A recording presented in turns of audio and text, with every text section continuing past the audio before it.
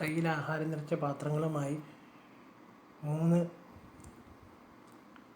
പെൺകുട്ടികൾ അടുക്കളയിൽ നിന്നും വന്നു. അവർക്ക് പിറകിൽ വൃദ്ധയായ മധ്യവയസ്കയായ ഒരു സ്ത്രീയും. ഇതെൻ്റെ ഭാര്യ ദേവകി.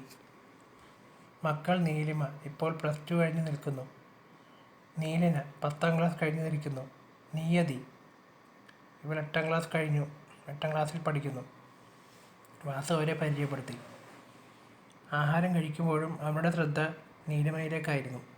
ഭക്ഷണത്തിന് ശേഷം അവർ തറവാട് മുഴുവൻ ചുറ്റി നടന്നു കണ്ടു. അവസാനം മുകൾ നിലയിൽ തെക്ക് വശത്തേക്കുള്ള അവസാനത്തെ മുറിക്ക് മുന്നിലെത്തി. ഇതെന്താ ഇങ്ങനെ പൂട്ടിയിരിക്കുന്നത്? പ്രവീൺ സംശയത്തോടെ ചോദിച്ചു. എനിക്കും അറിയില്ല, നമുക്ക് വാസുവേട്ടനോട് ചോദിക്കാം. അഖിൽ പറഞ്ഞത് കേട്ടവർ അവിടെ നിന്നും പറമ്പിലേക്കിറങ്ങി. വെട്ടിയിട്ട നാളികേരം എണ്ണ തിട്ടപ്പെടുത്തി പത്തായത്തിലേക്ക് മാറ്റാൻ പണിക്കാരെ സഹായിക്കുകയായിരുന്നു വാസുവേട്ടൻ. തിരക്കിലാണോ വാസുവേട്ടാ? ശബ്ദം കേട്ട് തിരിഞ്ഞു നോക്കിയ അയാൾ കണ്ടത് അഖിലിനെയും കൂട്ടുകാരെയും ആയിരുന്നു. നിങ്ങളോ?